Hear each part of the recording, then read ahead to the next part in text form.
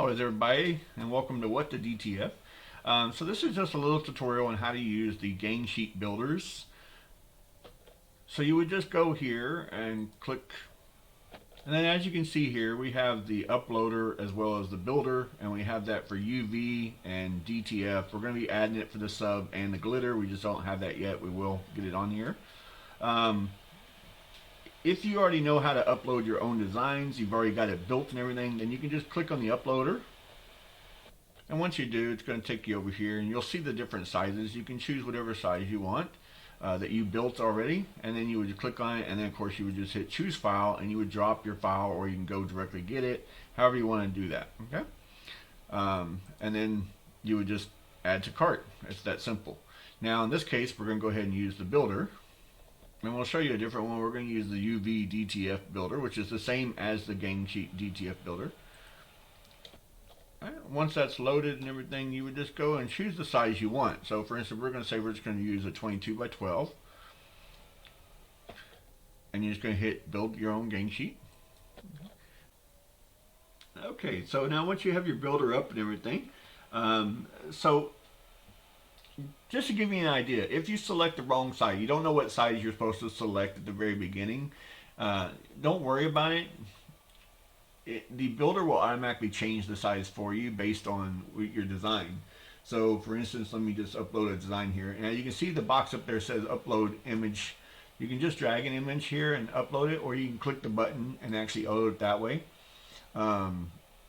You see here, this image is only a 2-inch and then a little less than 2-inch. If I hit apply right now, let's just go ahead and make a copy of it real quick. Let's do 3 of them. You can add as many images as you want here. Let's just say you want 4 of this image, and you would just go ahead and increase it to 4, right? And you would apply. So see, it built it on a 22 by 6-inch instead of a 22 by 12, what we selected, because that's all it needed. So it's going to help you along the way. So if you have too many images, it'll also increase the size of the image as well. So let's go back to the adjustments, and then we're going to go ahead and put this. Now, one thing we want to go over is that, let's just say you needed this to be a 4-inch image. All right, you see what just happened there? We got bad resolution. So that is going to print badly. It's going to come out blurry. It's going to come out pixelated. You do not want to increase your size of your images on the program. The program is not designed for that. You should always have your images built to the sizes you want already and saved as a 300 resolution.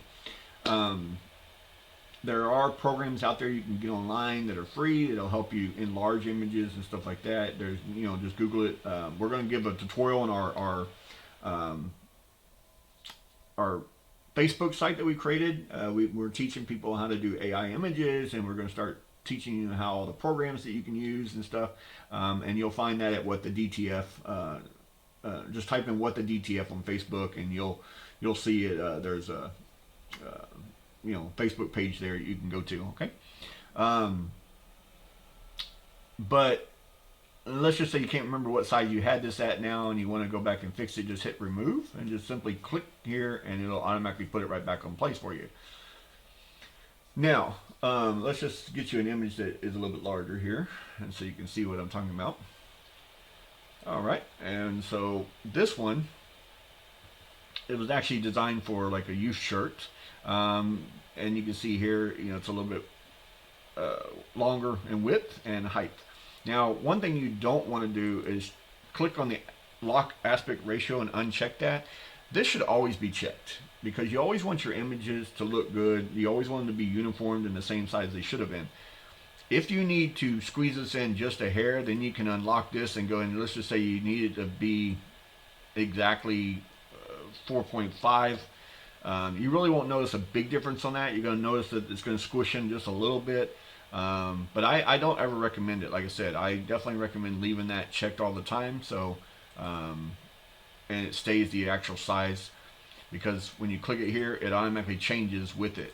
Now, as you can see, I'm going up again, and you can see the resolution says good, but then it's going to start getting bad, and it's going to start getting really bad after a while, because you go too bad, whatever.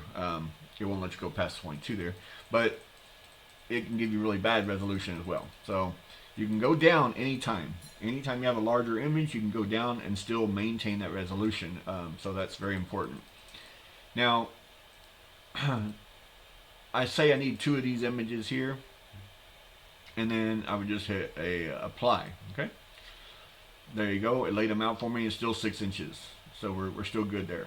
Now, again, let's go back and I want to show you one. Now, if you want another image, say you want this one to be a different size, you can go ahead and duplicate, and then when you duplicate, you can go ahead and change the number. You can do whichever one you want. Okay, make this a 4. Let's uncheck it though. Let's say you want it to be width of 4, but you want the height only to be a 2. Actually, let's just make this a 6 so you can really see it. Okay, so now you've unchecked it and then you want to apply, and this is going to go ahead and build your sheet. And if you look, let me blow this up where you can see it. We're going to hit continue. You see how he's squished?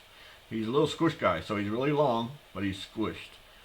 So that's why you want to make sure the aspect ratio stays locked, so it doesn't squish your images down and stuff, and look funny.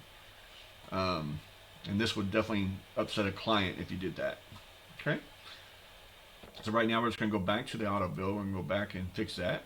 Again, if you don't remember what size you want to put it at, you can always delete it and do it back. But let's just say here I want to go back and put it the way it was. So we'll duplicate it. Again, we're going to change that to a 1, and we're going to make this a 6, and see how the aspect ratio went evenly. And again, we can apply, and now we hit continue again, and see everything is more even. Even though it's smaller in the length, it's still even on the height like it should be. All right, now that's how you build it. It's pretty simple, but let's just say you now have all this empty space, and you really wanted to, get your bang for your buck. I'm the kind of person, if I'm going to pay for something, I really want everything, right? And I always like to have extras in case something happens.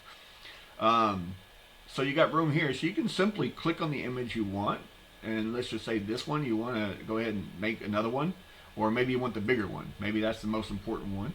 You can go ahead and click on it, and then you would click your image guy here, and just like duplicate them, and hit duplicate, and you saw that, it filled it right in there for you, and it's going to be the same size as the other one. Okay, and you can do the same thing with this one. Let's just say you want to add a couple more guys at the bottom down here, and just simply keep hitting duplicate until it fills in the board for you.